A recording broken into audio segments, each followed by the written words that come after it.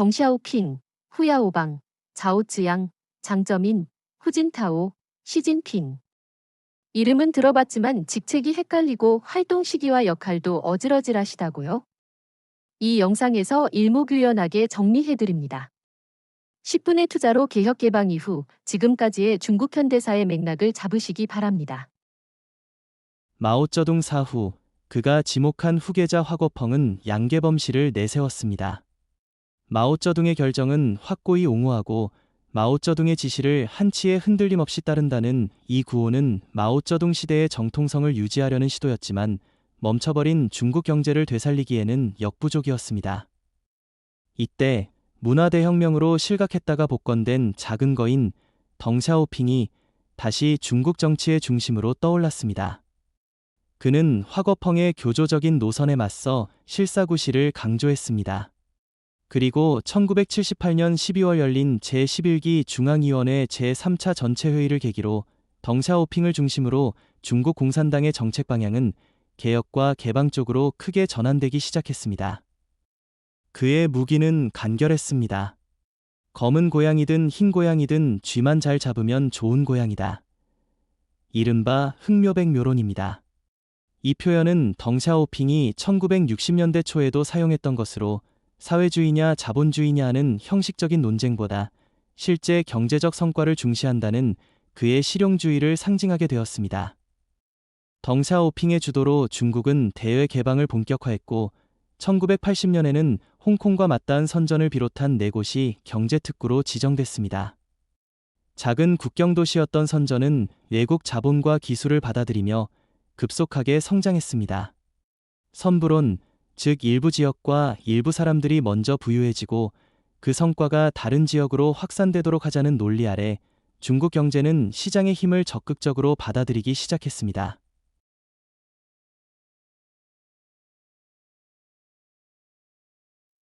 그런데 여기서 한 가지 유의할 점은 덩샤오핑이 1989년 테난먼 사태라는 미증유의 정치적 위기와 당내 보수파의 거센 반발 속에서도 개혁 개방 정책을 포기하지 않고 끝까지 밀어붙일 수 있었던 배경은 바로 군권의 완벽한 독점과 원로, 정치를 활용한 비공식적 최고 권력에 있었다는 점입니다.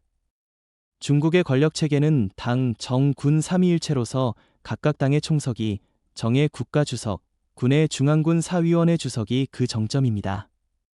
마오쩌둥 시대에는 당 주석이 최고 권력을 점하고 있었지만 덩샤오핑은 이를 없애고 그 하위의 당 총서기가 그 역할을 하도록 한 것입니다. 그러나 정권은 총구에서 나온다는 공산당의 생리에 따라 중앙군 사위원회 주석이 최종 의사결정권자였습니다. 따라서 덩샤오핑은 국가주석이나 당 총서기 같은 명목상 1인자 자리는 아예 맞지 않았지만 중앙군 사위원회 주석 직책만큼은 1989년 후반까지 끝까지 내려놓지 않았던 것이었습니다. 후야 오방이나 그 뒤를 이은 자오찌양이 명목상 1인자였던 당 총석이었지만 각각 1986년의 민주화 학생 시위와 1989년 테난먼 사태 때 미온적 태도를 취했다는 이유로 축출된 데서 이런 권력 구조는 드러납니다. 이후 장쩌민과 후진타오는 당 총서기, 국가주석, 군사위 주석까지 모두 겸하지만 2임기인 10년만 집권하고 물러난다는 덩샤오핑의 이연임제 규칙을 엄격히 준수했습니다. 그러나 그 뒤를 이은 시진핑은 새 직책을 모두 겸임한 데다 대대적인 반부패 정풍운동을 통해 정적을 제거하고 군부 통제력 완전 장악해 이연임제를 넘어 사면임에 성공합니다. 다시 돌아와서 1980년대 후반 개혁 개방으로 중국 경제가 빠르게 성장하면서 사회도 크게 변화했습니다. 경제 성장과 함께 정치적 자유와 개혁을 요구하는 목소리도 커졌습니다.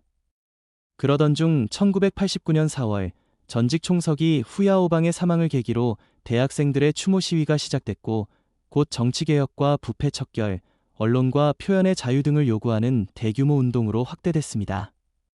급격한 인플레이션과 관료들의 특권과 부패에 대한 불만도 이러한 움직임에 영향을 미쳤습니다.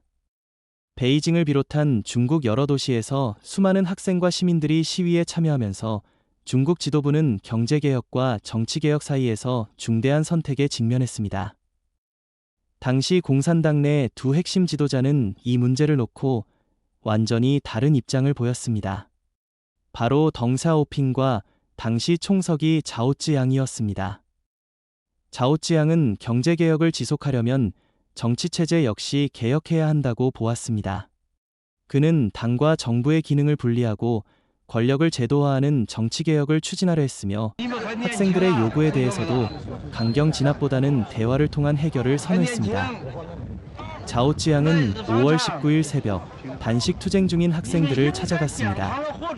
그는 학생들에게 우리가 너무 늦게 왔다고 말하며 눈물을 보였습니다. 이 방문은 이후 자오찌양이 정치적으로 실각하는 결정적인 계기 가운데 하나가 되었습니다.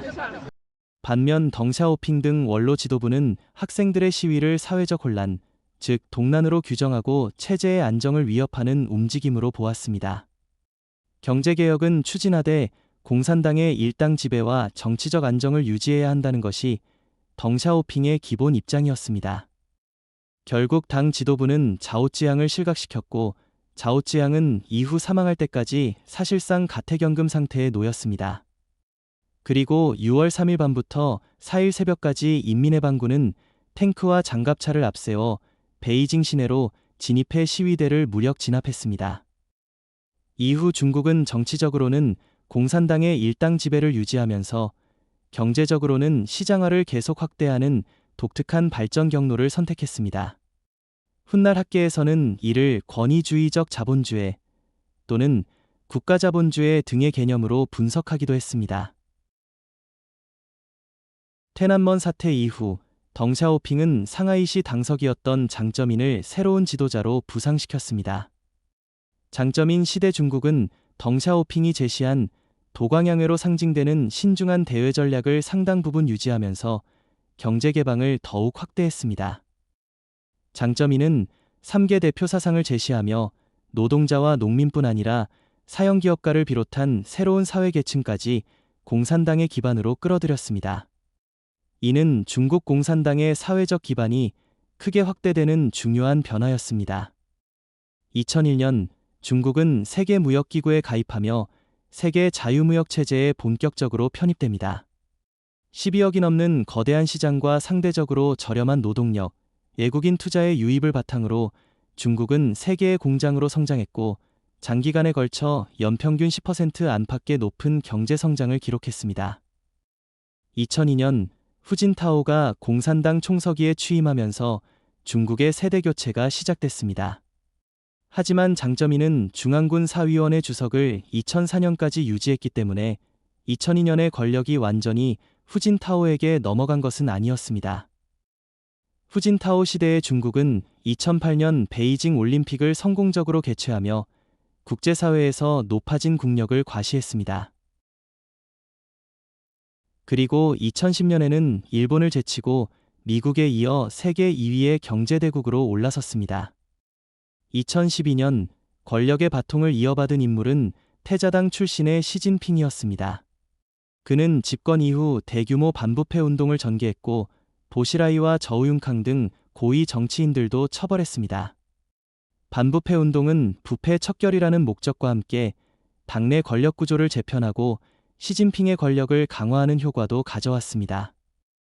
이제 중국은 더 이상 과거처럼 힘을 감추는 데만 집중하는 국가는 아니었습니다.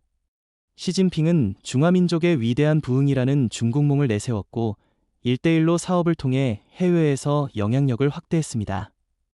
남중국해와 대만 문제에서도 중국은 더욱 강경한 입장을 보였습니다. 이에 미국은 중국산 제품에 대한 고율 관세를 부과하고 첨단 기술에 대한 수출 통제를 강화했습니다. 미중 경쟁은 무역과 기술, 안보를 둘러싼 전방위적인 경쟁으로 확대됐고 이를 두고 일부에서는 신냉전이라는 표현을 사용하기 시작했습니다. 2018년 전국인민대표대회는 헌법을 개정해 국가주석과 국가부주석의 연임 제한을 폐지했습니다. 이어 2022년 제20차 당대회에서 시진핑은 공산당 총서기 사면임에 성공하며 전례 없는 장기 집권의 길을 열었습니다. 같은 당대회에서 전임자 후진타오가 회의 도중 퇴장하는 장면이 전 세계에 공개됐습니다. 퇴장의 정확한 이유를 둘러싸고 여러 해석이 나왔지만 이 장면은 시진핑 시대의 집단 지도 체제가 크게 약화됐음을 상징하는 장면으로 받아들여졌습니다. 1989년天安門 사태에서 중국 지도부는 정치적 자유화보다 체제의 안정을 선택했습니다. 이후 중국은 경제적으로는 시장화를 확대하면서도 정치적으로는 공산당의 일당 지배를 유지했습니다.